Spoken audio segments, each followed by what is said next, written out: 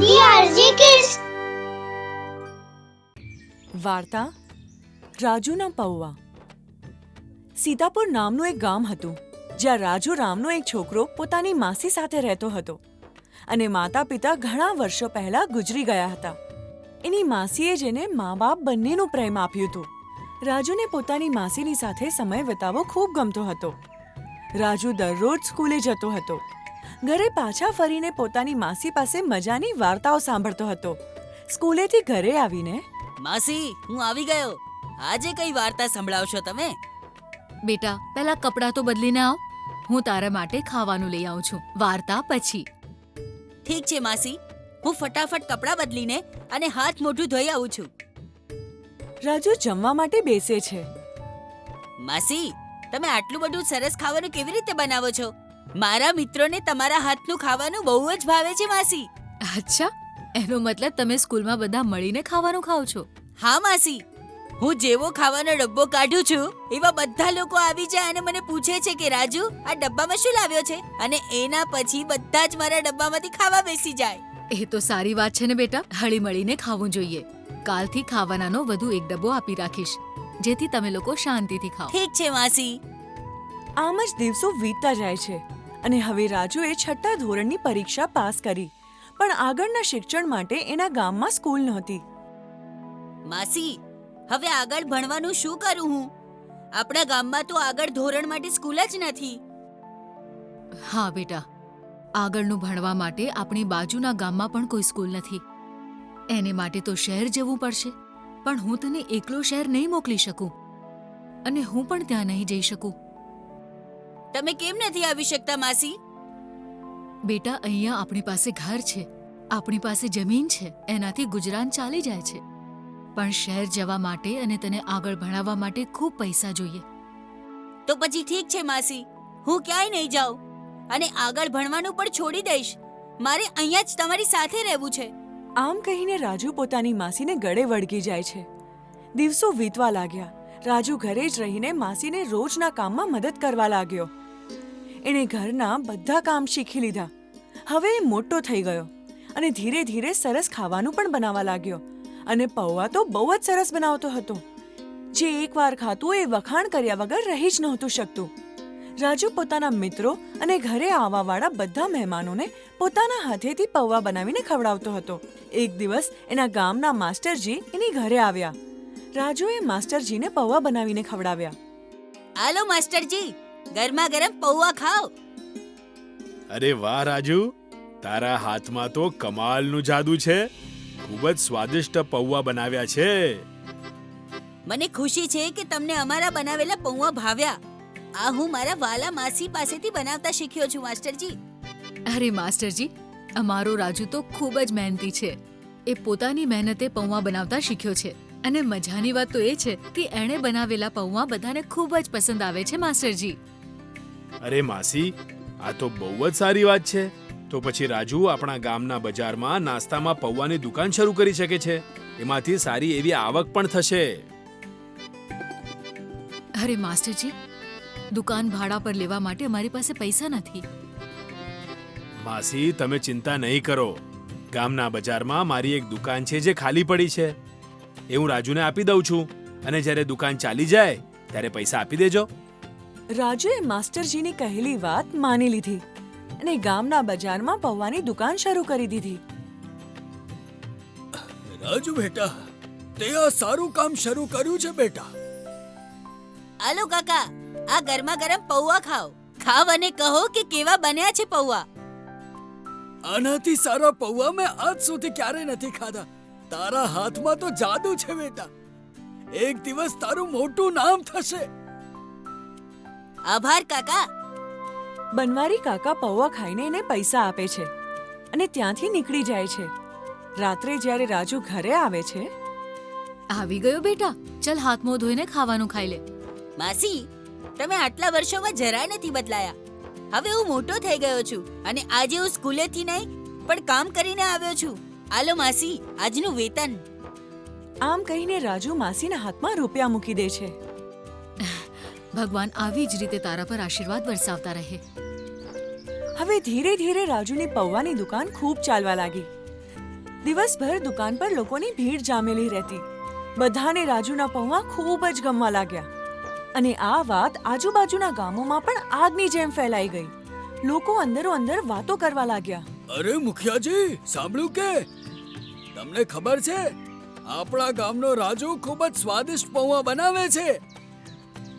અરે બનવારી કાકા, આ તો ખૂબ જ સારી વાત છે. રાજુના પૌવા ખાવા માટે આપણા ગામમાં દૂર દૂરથી લોકો આવે છે, જેનાથી આપણા ગામનો વેપાર ખૂબ વધી ગયો છે. તો મુખિયાજી, એક એક પ્લેટ રાજુના પૌવા થઈ જાય. હા હા બનવારી કાકા, એમાં પૂછવાનું હોય કે. પછી બંને પૌવા ખાવા રાજુની દુકાને જાય છે. પૌવા ખાતા ખાતા મુખિયાજી બોલે છે, અરે રાજુ, તારા હાથોમાં તો કમાલનો જાદુ છે. તારા પૌવા દૂર દૂર સુધી વખણાય છે. રાજુ, હવે તું તારા ભવિષ્ય વિશે વિચાર કર. હવે તારા પૌવા આટલા પ્રસિદ્ધ થઈ ગયા છે તો તું શહેરમાં તારી પોતાની દુકાન કેમ નથી ખોલતો? કેમ સાચું કહી રહ્યો છું ને બનવારી કાકા? ત્યાં તો રાજુ બહુ મોટો માણસ થશે, જોજો તમે. અરે મુખિયાજી, કેમ મજાક ઉડાડી રહ્યા છો મારી? શહેરમાં તો દુકાન ખોલવા માટે બહુ જ પૈસા જોઈશે મને. અરે રાજુ બેટા, તું એની ચિંતા નહીં કરતો. અત્યાર માટે હું ખર્ચો સંભાળી લઈશ. મારી પાસે પૈસા લઈને તરત શહેરમાં વયો જા. રાજુ મુખિયાની વાતથી સહેમત થઈ ગયો. મુખિયાજી પાસેથી પૈસા લઈને શહેર જતો રહ્યો. એને શહેરમાં પહોંચીને એક હોટલવાળા પાસે કામ માંગ્યું. શું મારા લાયક કોઈ કામ છે અહીંયા? તું શું કામ કરી શકે છે? હું પૌવા બહુ સરસ બનાવું છું. ઠીક છે, પણ અમારે ત્યાં પૌવા બનાવવા વાળો છે. તું કઈ બીજું કામ કરી લેજે. રાજુને એ હોટલમાં નોકરી મળી જાય છે, પણ રાજુને ત્યાંની પૌવા બનાવવાની રીત ગમતી નથી, કારણ કે ત્યાં પૌવામાં સસ્તું તેલ અને ખરાબ મસાલાનો વપરાશ થાય છે. હરી એ જ હોટલમાં કામ કરે છે અને પૌવા બનાવવાનું કામ એ જ કરે છે. જ્યારે રાજુએ એની પૌવા બનાવવાની રીત જોઈ ત્યારે એને કહ્યું, તું આ કઈ રીતે બનાવી રહ્યો છે? તને પૌવા બનાવતા નથી આવડતું કે? પૌવા તો આમ જ બને છે. તે બનાવ્યા છે ક્યારે? જો બનાવ્યા હોત તો આવો સવાલ જ ન પૂછાત. મેં બનાવ્યા પણ છે અને બનાવતા આવડે પણ છે, પણ તે આ બધા ખરાબ તેલ મસાલા કેમ નાખ્યા છે પૌવામાં? હું માલિકને ફરિયાદ કરી દઈશ.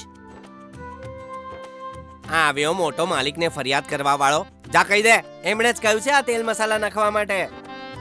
આ સાંભળીને રાજુને બહુ ખરાબ લાગે છે કે હોટલનો માલિક જ ગ્રાહકોની સાથે દગો કરી રહ્યો છે. એણે આ કામ છોડવાનો નિર્ણય લીધો અને માલિકની પાસે જઈને કહે છે, માલિક, હું તમારી હોટલમાં કામ નહીં કરી શકું. હું તમારી નોકરી છોડવા માંગુ છું. શું? તને તો અહીંયા કામ કરીને હજી 2 દિવસ પણ નથી થયા અને તું નોકરી છોડવા માંગે છે? કઈ નહીં તો મને કારણ તો જણાવ કે તું નોકરી કેમ છોડવા માંગે છે. મને તમારા ત્યાં પૌવા બનાવવાની રીત જરાય ન ગમી. પૌવા બનાવવા માટે જે તેલ મસાલાનો ઉપયોગ કરો છો એ નકલી છે.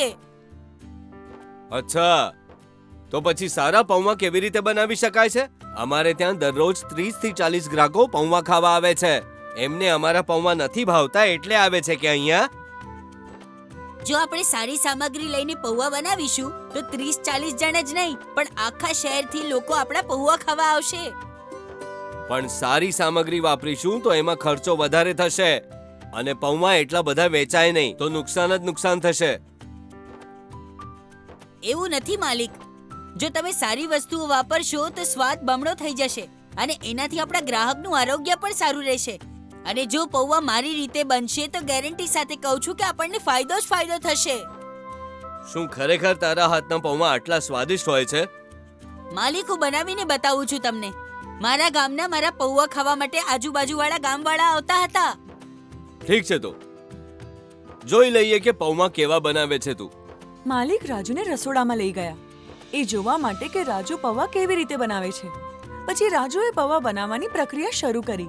માલિકે જેવા પૌવા ખાધા, અરે વાહ રાજુ, હું તને બરાબર સમજી નહોતો શક્યો. આ તો ખૂબ જ સ્વાદિષ્ટ પૌવા બનાવ્યા છે તે. તારી પૌવા બનાવવાની રીત તો કમાલની છે. ત્યારથી માલિકે પૌવા બનાવવા માટે રાજુની રીતની ઉપયોગ કર્યો. લોકો પૌવા ખાવા માટે દૂર દૂરથી આવવા લાગ્યા. હવે દિવસભર હોટેલ ગ્રાહકોથી ભરેલી રહેતી હતી. માલિક હવે ખાવા વિશે બધી જ સલાહ રાજુ પાસેથી લેતા હતા. પછી એક દિવસ રાજુએ કહ્યું, માલિક, હું મારી એક પૌવાની દુકાન ખોલવા માંગુ છું. મેં દુકાન માટે મારા પગારમાંથી પૈસા બચાવ્યા છે. જો તમે કહો તો હું અહીંયા શહેરમાં મારી દુકાન. હા હા કેમ નહીં રાજુ, આ તો બહુ સારી વાત છે. મને ખુશી છે આ વાતની. તારા કારણે જ હું આજે આટલો ખુશ છું. તો હું કેમ ઈચ્છીશ કે તું દુખી રહે? અને જો તને કોઈ પૈસાની જરૂર હોય તો મારી પાસે માંગી લે અને પોતાની દુકાન શરૂ કર. અને હા, યાદ રાખજે હું તારી સલાહ લેતો રહીશ. માલિક, તમારો ખૂબ ખૂબ આભાર, પણ મારી પાસે રૂપિયા છે અને તમને જ્યારે મારી જરૂર પડે ત્યારે હું હાજર થઈ જઈશ. પછી થોડા દિવસોમાં રાજુએ શહેરમાં પોતાની પૌવાની દુકાન ખોલી લીધી. જોત જોતામાં જ ત્યાં પણ એની દુકાન ચાલી પડી. થોડા દિવસો પછી એ પોતાના ગામે પાછો આવ્યો. એણે શહેરની વાત માસીને કીધી. માસીને રાજુ પર ખૂબ ગર્વ થયો. બેટા, હવે હું ખુશ છું. હવે મને કોઈ જ ડર નથી. હવે તું શહેરમાં પોતાની હોટલ ખોલી લે અને આ ગામમાં જે જમીન છે ને એને વેચીને આપણે શહેરમાં ઘર લઈ લઈએ અને તારું ભણવાનું પણ ચાલુ રહેશે. રાજુ: હા માસી, ગામનું ઘર કાયમ રહેશે આપણું, પણ જમીન પર આપણે કંઈ જ નથી કરતા તો હવે આપણે શી કામની? પછી એ બંને મુખિયા પાસે ગયા. મુખિયાજી, હું તમારા પૈસા પાછા આપવા આવ્યો છું. તમારા લીધે શહેરમાં મારું ખૂબ નામ થયું. મુખિયાજી, તમારો આ ઉપકાર અમે જિંદગીભર નહીં ચૂકવી શકીએ. અરે ના માસી, આમ કહીને તમે મને શરમાવો નહીં. આ તો મારું કર્તવ્ય હતું. રાજુએ થોડા દિવસ પછી શહેરમાં પાછા જઈને પોતાની હોટેલ ખોલી અને પોતાની હોટેલનું નામ રાખ્યું રાજુના પૌવા. હવે માસી અને રાજુ ખુશી ખુશી શહેરમાં રહે છે. રાજુએ સાથે સાથે આગળનું ભણવાનું પણ શરૂ કર્યું.